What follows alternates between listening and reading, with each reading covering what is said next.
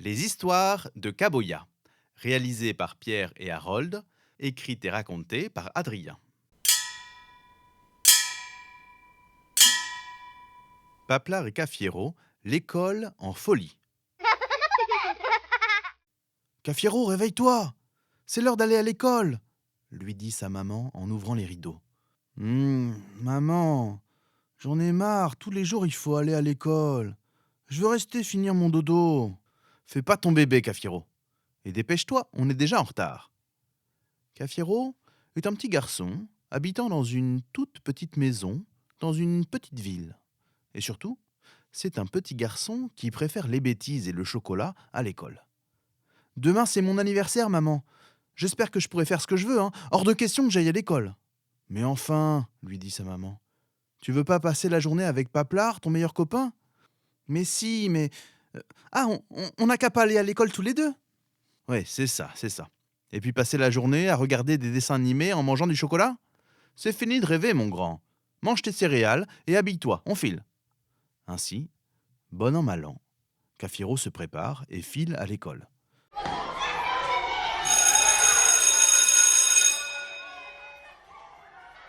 Cafiero, range-toi dans la file, crie la maîtresse. Mais je t'ai pas demandé d'explication, Cafiero. Tu obéis et c'est tout.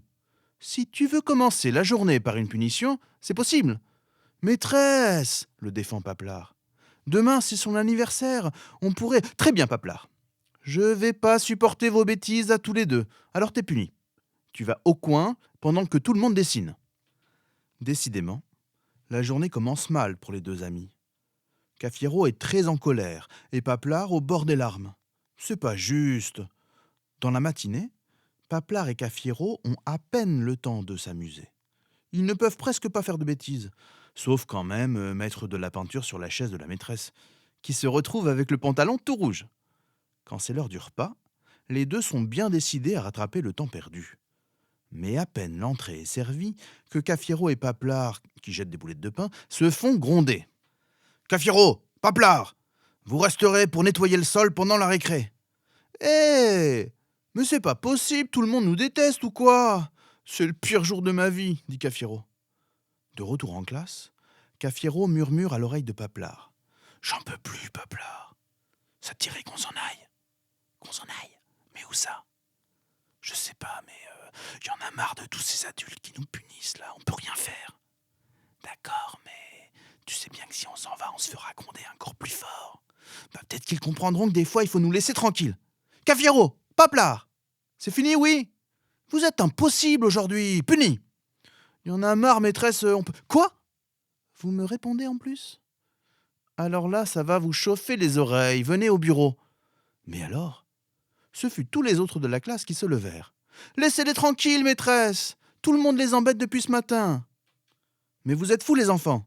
Ils font des bêtises, je les punis, c'est normal, alors taisez-vous. Vous, taisez-vous, maîtresse. Cette fois, c'est nous qui commandons. Paplar et Cafiero n'ont même pas fait de bêtises. Devant cette petite révolution, la maîtresse ne savait plus quoi faire. Et tandis qu'on la bombardait de papier, elle alla se réfugier chez la directrice. J'ai jamais vu ça. Ils sont devenus fous, appelez les parents. Quand tous les parents arrivèrent, ce fut la réunion de crise. Tous les parents dans le réfectoire et tous les enfants dans la salle de classe. Dans les deux endroits, les discussions étaient animées. Les enfants étaient bien déterminés à ne plus se laisser marcher sur les pieds. Les parents, quant à eux, comptaient bien ne pas se faire marcher sur les pieds. En rentrant à la maison, les parents avaient un petit sourire en coin. Ne pas écouter la maîtresse et lui dire de se taire, c'est une énorme bêtise. Pas de dessert pour ce soir. Et qu'on ne t'entende pas ronchonner. Demain, tu as intérêt à te tenir tranquille. Du côté de chez Cafiero, ce dernier essayait bien de négocier. Mais enfin, demain c'est mon anniversaire. Je peux bien faire au moins une bêtise et amener un gâteau à l'école? Tu en veux un? Eh bien, toi et tes amis de l'école, vous n'avez qu'à en faire un, tiens. Moi, je ne supporte pas ces bêtises de n'importe quoi. Tous les enfants s'endormaient un peu tristes ce soir-là, en se disant qu'ils avaient dû bien dépasser les bornes. À leur réveil, une chose extraordinaire les attendait. La première chose que se dit Cafiero au réveil, c'est que on devait encore être dans la nuit, parce que personne ne l'avait réveillé. Pourtant, Cafiero voyait le jour derrière les volets. On avait plutôt oublié de le réveiller. « Papa! Maman! Vous m'avez pas réveillé, je vais être en retard à l'école !» cria-t-il, en sortant de son lit et en fonçant dans la cuisine. Mais il n'y avait personne dans la cuisine. Il courut jusqu'à la chambre de ses parents, mais à nouveau personne. « Maman! Papa, vous êtes où? Maman, papa, c'est pas drôle, je vais avoir peur !» Mais rien. Peut-être qu'ils étaient partis chercher un cadeau d'anniversaire. Ou peut-être que mamie avait eu un problème et qu'il devait l'aider, ou le voisin. Bon, en tout cas, le petit déjeuner n'allait pas se faire tout seul. S'il le fallait, Cafiero irait tout seul à l'école puisque ses parents n'étaient pas là.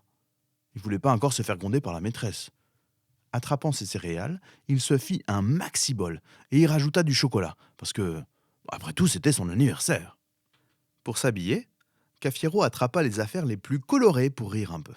Une chaussette rouge, une autre bleue, son pantalon vert, et par-dessus son maillot de bain parce qu'il l'aimait trop, son pull dinosaure et sa robe de chambre si douce.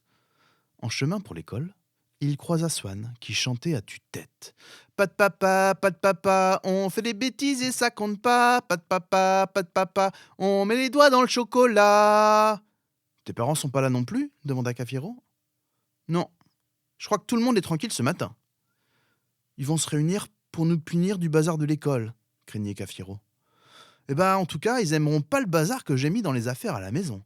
Mais ils avaient qu'à pas s'en aller sans prévenir. »« Ah, vous êtes là ?» les interrompit Paplard. « Bon anniversaire, Cafiero. Mais dis donc, il n'y a plus personne ou quoi? Tous les adultes ont disparu. Il y avait personne pour me dire de me dépêcher ce matin. »« Ouais, on est tout seul, Paplard. »« Et la maîtresse? Vous croyez qu'elle a disparu aussi? »« Bah, allons voir. » Alors tous les trois arrivèrent devant l'école pour découvrir que les grilles étaient ouvertes et tous les enfants réunis dans la cour. « Il n'y a personne, » leur dit Lorena. « Mais qu'est-ce qu'on va faire ?» se disaient certains enfants. « Comment ça, qu'est-ce qu'on va faire ?» demande Cafiero. « Mais on va faire un gâteau, nom d'une pipe, c'est mon anniversaire !»« Mais quand même, où sont passés les grands? On va pas rester tout seul pour toujours. On ira les chercher plus tard.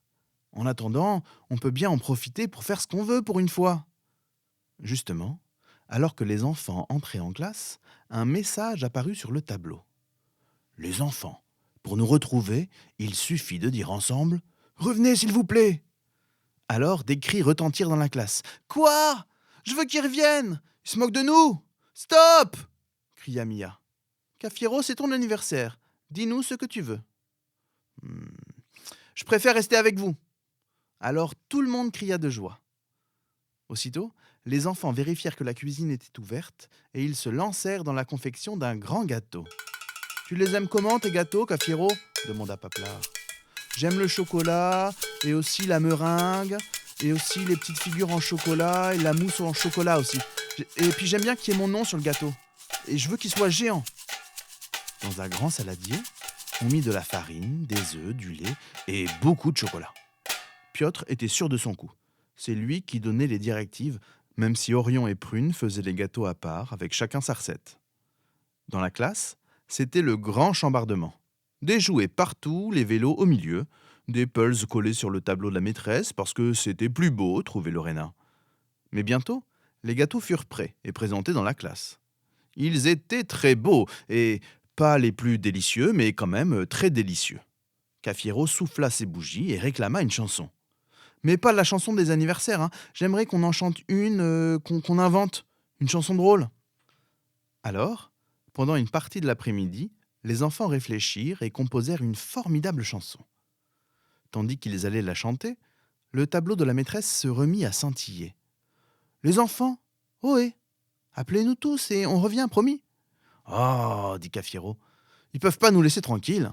Tiens, ils ont qu'à écouter notre chanson. » Et tous les petits se réunirent pour chanter debout sur les tables. C'est la maîtresse qui a un gros derrière, la maîtresse qui a du poil au menton. La maîtresse prend ses fesses pour une trompette. La maîtresse prend ses fesses pour une trompette. Bah! Paplard faisait des cabrioles en chantant et tout le monde finit par une énorme grimace. Comme tout le monde avait envie de danser, les enfants firent un peu de rangement, mais très vite, Swan eut une belle idée. « Mais qu'est-ce qu'on fait encore là ? Et si on allait tous danser dans la ville ? Il n'y a plus de voitures. » Quelle idée super! Tous les enfants sautèrent de joie et se tinrent en file indienne pour danser hors de l'école. Swan se mit à dessiner sur les murs des maisons. Cafiero fit un petit tour dans la boulangerie pour attraper des bonbons, et Piotr s'empara du petit train. Quand le soir tomba, tous les enfants décidèrent de dormir dans la maison de Lorena. Elle avait la plus grande télé. Au petit matin, la décision fut prise de retourner à l'école. En entrant dans la classe, ce ne fut pas une inscription, mais la voix de la maîtresse qui retentit dans les airs. « On vous en supplie, les enfants, on est mort d'inquiétude. Appelez-nous, s'il vous plaît. Le magicien ne veut pas nous laisser rentrer si vous ne nous appelez pas. » Les enfants se réunirent alors pour une longue discussion. Paplard prit la parole. « On va vous rappeler, mais à une condition. Tous les jours de pleine lune, vous devez laisser les enfants décider. »« C'est promis !» crièrent les voix de tous les parents. Alors, le magicien qui avait fait disparaître les adultes les fit réapparaître sur le champ dans la cour de l'école. « Ah !» dit le papa de Cafiero en le prenant dans ses bras. « On voulait vous donner une bonne leçon en vous montrant que vous aviez besoin de nous. Mais c'est nous qui avons pris une leçon. Vous nous avez manqué terriblement. Papa, moi aussi tu m'as manqué. Mais hier, c'était mon meilleur anniversaire. »